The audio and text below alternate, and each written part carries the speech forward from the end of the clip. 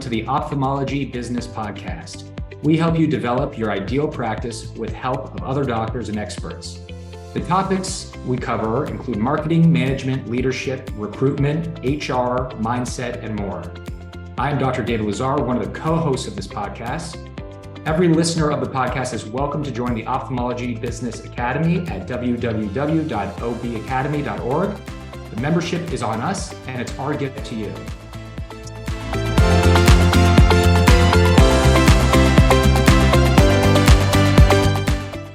Today, I'm excited to talk to Dr. Babak Azizzadeh, an internationally renowned facial plastic surgeon at Cedars-Sinai and founder of the Center for Advanced Facial Plastic Surgery. Today, we will discuss the topic of current trends in periorbital plastic surgery. Let's jump in. Good morning, Babak. Thanks so much for joining us today. Good morning, David. Thank you so much for having me. This is an awesome podcast, so I'm really happy to be here. Great. Well, we're glad to have you, and we have some interesting topics that we'd like to cover today. So I'd like to actually, if we could just start before and just tell us a little bit about your practice and how it got started and how you ended up founding the Center for Advanced Facial and Plastic Surgery. Sure. Well, I did ENT at UCLA, where actually I was very intimately involved also with ophthalmology and oculoplastics colleagues at Jules Stein. I ended up actually doing my fellowship at Mass Eye and Ear, another mecca of ophthalmology, ENT, facial plastics, oculoplastics. And then I came back to Los Angeles, joined Cedars-Sinai, and started a practice in Beverly Hills, really focused on facial plastic and reconstructive surgery, both a combination of aesthetic surgery as well as reconstructive surgery focused on facial reanimation and eyelid reanimation. And just really quickly, you started your practice immediately after fellowship. You didn't join anyone else or join a faculty or anything like that? I would say I'm going to call it a hybrid. It was a hybrid. One of my really close, in fact, best friends from residency had joined another physician in Beverly Hills. Cedars-Sinai at that time was, I would say, a very private practice-driven hospital, not as it is today where, it has, I would say, more faculty and private academic faculty and teaching faculty. So I had a unique opportunity to come and really do what I needed to do, but I wasn't really on anyone's salary. I was on my own. And we continued developing the practice, and we ended up just growing our presence at Cedars-Sinai. Outside of Cedars-Sinai, it worked out really well. So it was very hybrid at that time. Not too many people kind of did that. Yeah, I just always go back to my kind of circuitous route to solo practice, and it's always interesting to me how different subspecialties kind of can lend themselves to being solo right out of practice or fellowship training, and some are better if you join a hospital or join a big group. So I always find that interesting. So let's jump into some clinical aspects of your career. It seems like every year there are more and more non-surgical treatments that become available to patients, whether it's injections or now we have eye drops that elevate the eyelid. How do you make a determination between when a patient needs surgical versus non-surgical treatments? And feel free to comment on some of these newer non-surgical treatments and things you might like or not like about it. It's a great question because when I started, transcutaneous lower blepharoplasty, basically when you walked into a plastic surgeon's office and you said you don't like the under eyes, they're like, okay, you're having a transcutaneous lower blepharoplasty. And the results were underwhelming and really actually poor results, a lot of complications, ectropions, lower lid malformation, and so forth. And I would say the non-surgical really brought a new era of understanding how we can actually achieve certain results much better with non-surgical than with surgical. And one of the really great areas is the tear trough area, where we started using fillers, hyaluronic acid gels, even fat grafting, Botox for around the eyes. So the non-surgical procedures are phenomenal, and they really go hand in hand with the surgical procedures. Of course, we have to, as practitioners, use newer technology, newer non-invasive procedures in correct timing, meaning you don't want to get in when it's a fad and you don't know what the long-term results are. And you also don't want to kind of be the doctor that never adapts and adopts new technology. So for me personally, I like to really see what the outcomes are, what the short and long-term outcomes are. The last thing I want is to do something where people spend money and they come back a few months later, they're like, oh my God, I spent all this money. Yeah, I didn't have surgery, but I was expecting results.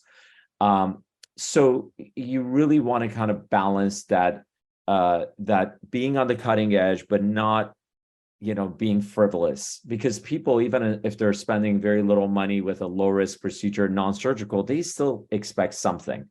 And sometimes some of the procedures, some of the newest and greatest techniques, non-invasive techniques, are not really achieving results. Having said that, I think the non-surgical areas like utilizing laser technology for lower eyelid resurfacing is phenomenal. Using fillers judiciously where you're not overutilizing is phenomenal. Botox for the periorbital area, phenomenal. What you were referring to, Upneek, which is a really cool drop that, it's been around, but now, being marketed, I think really phenomenal, cool. So these are all, I think, techniques that I would say are treatments that are both complementary and can serve solo. Of course, when people have severe dermatochalasia, severe hollowness, severe pseudoherniation of the lower orbital fat pad, and so forth, surgery is going to be warranted. And then when people try to do too much with fillers or do it in an incorrect way, then you start getting complications from fillers and stigmata of fillers. So you mentioned that twice, and I wanted to actually touch on that. You mentioned using fillers judiciously and some of the complications of fillers. Can you elaborate a little bit more on that? Because it seems like fillers are just ubiquitous, at least in LA where we live, and so I'm just it's curious. ubiquitous everywhere, by the way. That's why the companies are, multi-billion-dollar companies. Yeah, I mean, so fillers, most commonly used fillers for the lower eyelid or periorbital areas, the hyaluronic acid gels. They're very safe. They do a great job. There are several different options, and some of them are better than others.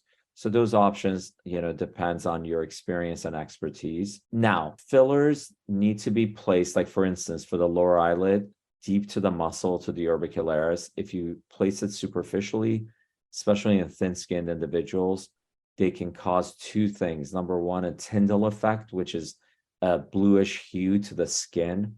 The second thing that they can cause is malar edema and inflammation. And in people who do have malar edema, you have to really use it judiciously or not at all. So there are certain patients that we don't want to use fillers in.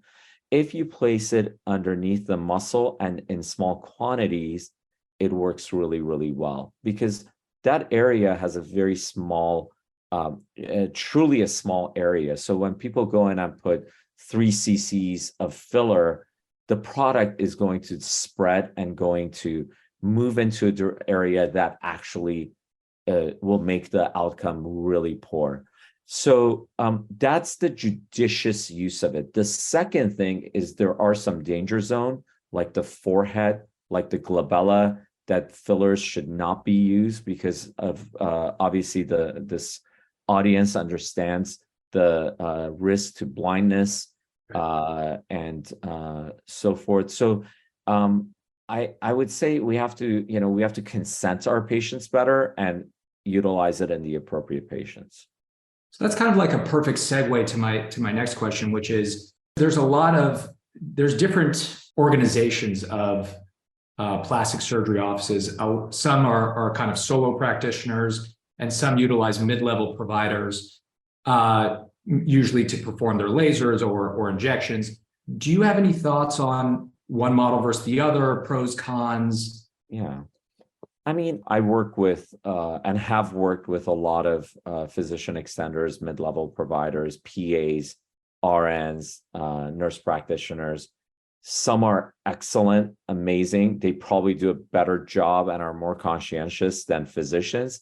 And some are not, just like there's some physicians that really don't understand the anatomy and don't know what the injection sites are. The thing that I find really important is what's going to happen over the next 5 years with the proliferation of med spas that do not have physician oversight, that utilize physician extenders because they're expanding so fast with limited experience. I think that can potentially be a problem. I think under the supervision of physicians in their subspecialties, not outside of their subspecialties, but in their subspecialties, such as, obviously the ophthalmology, oculoplastic surgery world, ENT, facial plastics, plastic surgery, and dermatology, I think it's absolutely fine. So the main potential issue is that med spas will be expanding rapidly over the next 5 to 10 years. Private equity is getting in, and they are going to expand very, very quickly because, that's the business model, and it's fine. But that's where I would say that supervision, who is supervising those doctors? Are they specialty specific, aesthetic, and reconstructive specialty specific, so that the oversight, education, and treatments and treatment of complications can be managed well? Yeah, I know that you do a lot of advanced procedures at your practice.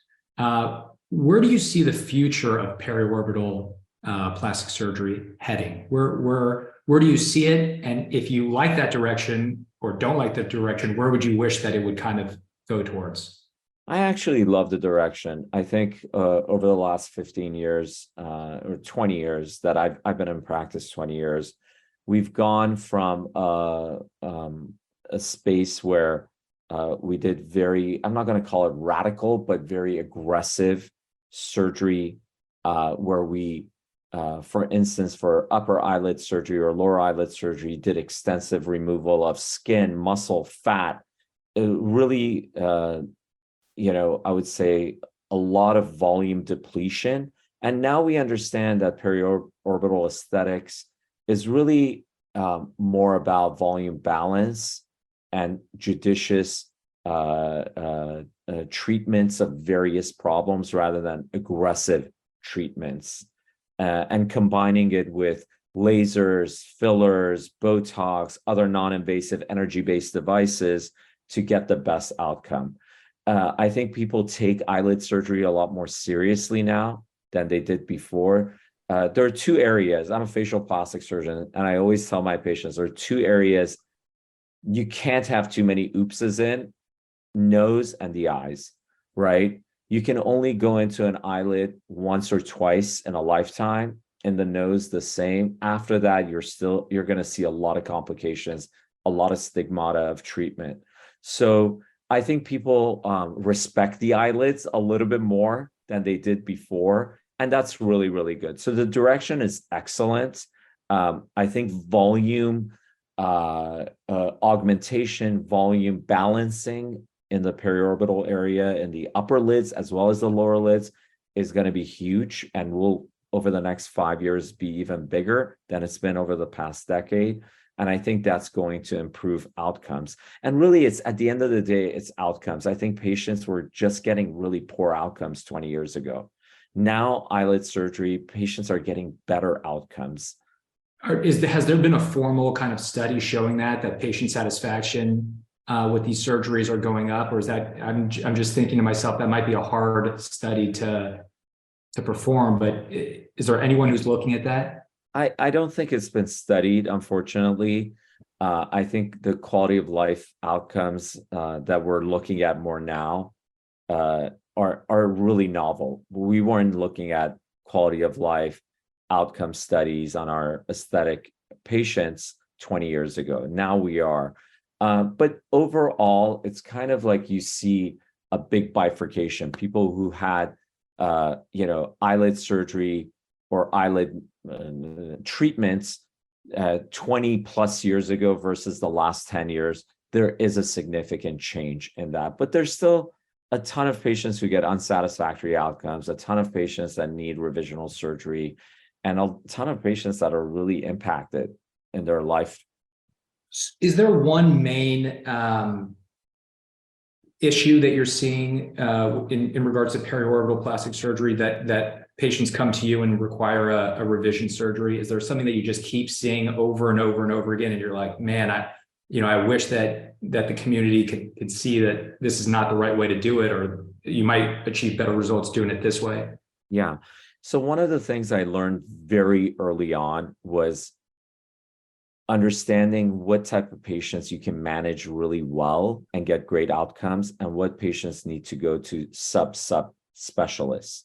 And in eyelid revisions, I really believe there's a handful of eyelid revision subspecialists within the oculoplastics community that these patients should be referred to. And that's one of the things early on I learned, and I did this for almost everything. I only want to do things that I really do well, and anything that I don't do that often or I don't do every single day, I don't recommend that. So that's one of the things I would say as a pearl. Do the things you love, do the things you do really well, and more patients will come to you for those things that you love and do really well. So revision surgery, eyelid surgery is a whole world on its own. So I learned very early on to refer those to doctors who do it really, really well. I would say that's the number one thing that I would say as a big, big pearl. So in my practice, I do most of my eyelid surgery or combination eyelid surgery, laser resurfacing, and facelift surgery.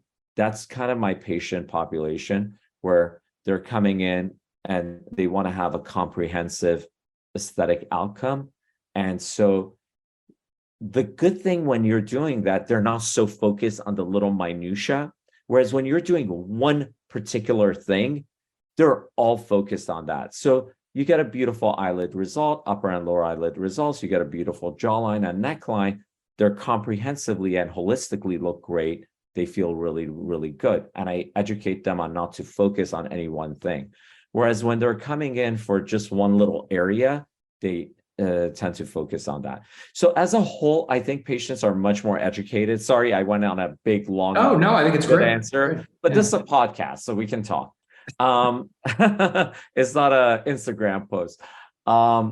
So I would say patients are much more knowledgeable, but it's almost like too much information sometimes.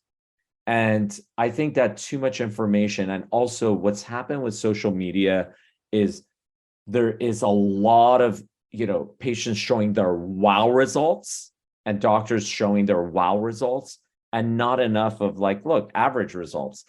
And so patients' expectations are rapidly changing. Right. And that expectation change comes with a lot of potential issues, because their expectation level is really related to what your outcome level is going to be, right? If their expectation is low, you just have to beat it and they're happy. If their expectation is high, even if you reach it, they won't be happy. So those are, I would say, the patients are much more knowledgeable. They come in with more information, but they're also, I think, expectations are much higher. Yeah, that must be difficult trying to manage expectations, especially at the level that you operate at. Yeah, I tend to I tend to say no a lot and have people actually think about it. And this is a very common thing. Number one, if they come in very like, I want 1 millimeter taken off. If they start going with that, I'm like, look, This is surgery. This is not a computer program. And I tell them, I mean, I've never done LASIK. I haven't had LASIK myself, but I know LASIK is a very precise computer generated outcome, right? I mean, it's a very precise, it's like the most precise surgical procedure that's done in medicine, right? I think I can't think of anything else, right? Eyelid surgery is the complete opposite. There is no precision. There is some, right? Yeah. Because we can measure out things really well. We can figure it out, like ptosis repair. You could measure out what you're doing, how much muscle you're taking, and so forth. But the healing process is very imprecise. Interesting. It's very individualized, and there is a lot that's going on with the healing process. So those patients generally, I don't think are actually great candidates. It's not just that I shouldn't operate on them. I don't think anyone should operate on them, because they are not going to be satisfied, because they're measuring things very, very, precisely. And that's just not how the healing process goes. But overall, I tend to just kind of really give my patients realistic goals. It's all about improvement. It's not about perfection. And we're going to improve the hooding of your eyes. We're going to improve the bags under your eyes, really putting it in simple terms. And there will still be some bags, some redundant skin, some, skin irregularities. And, we always want to do less than more, because we can do more after, but you can't take things back. You take too much fat from the lower eye, replacing it is really hard. You take too much skin and cause lag of thalamus. It's a disaster. Then you got to go and, really get a significant number of surgeries with really no great outcomes.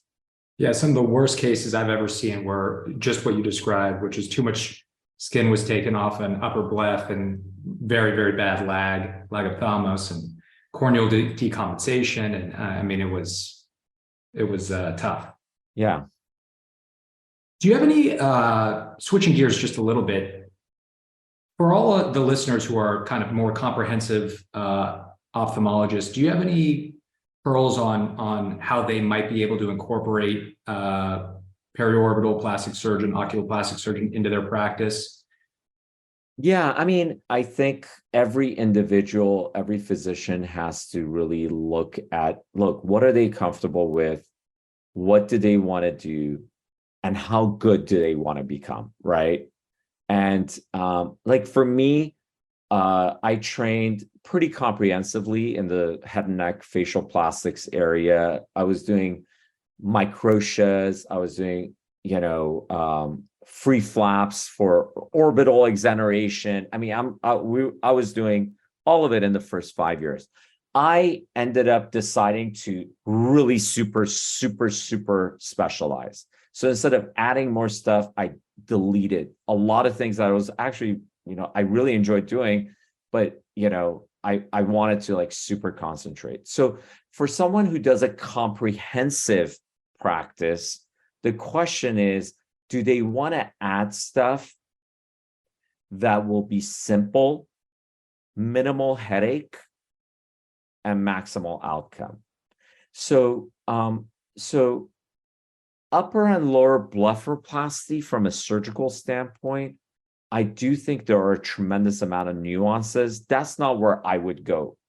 Where I would go is in the non-surgical arena. It can be very simple, very straightforward. Botox, maybe fillers for the lower eyelid, but go get training.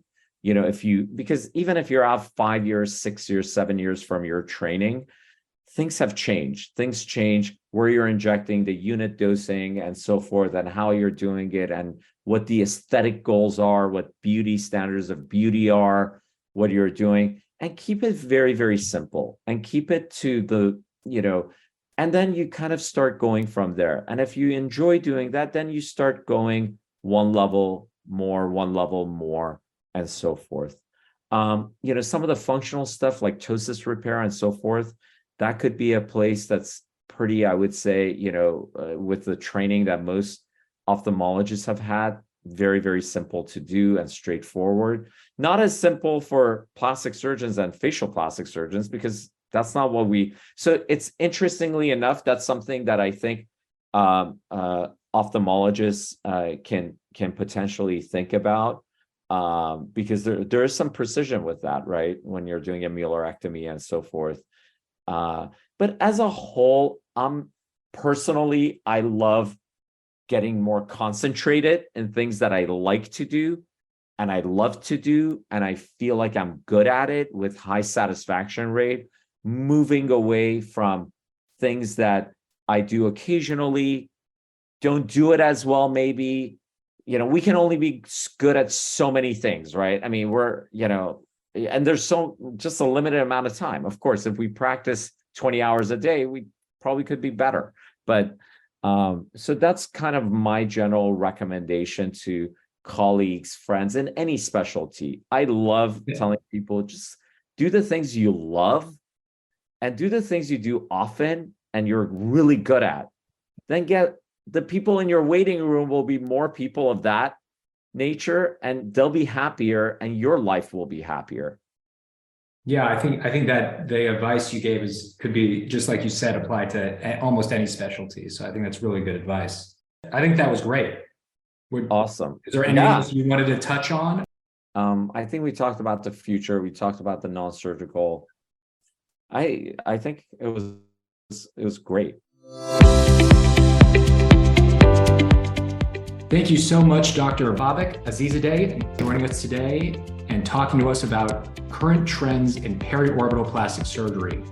I also want to take a moment to thank our listeners. We appreciate each and every one of you. We cannot do what we do without you.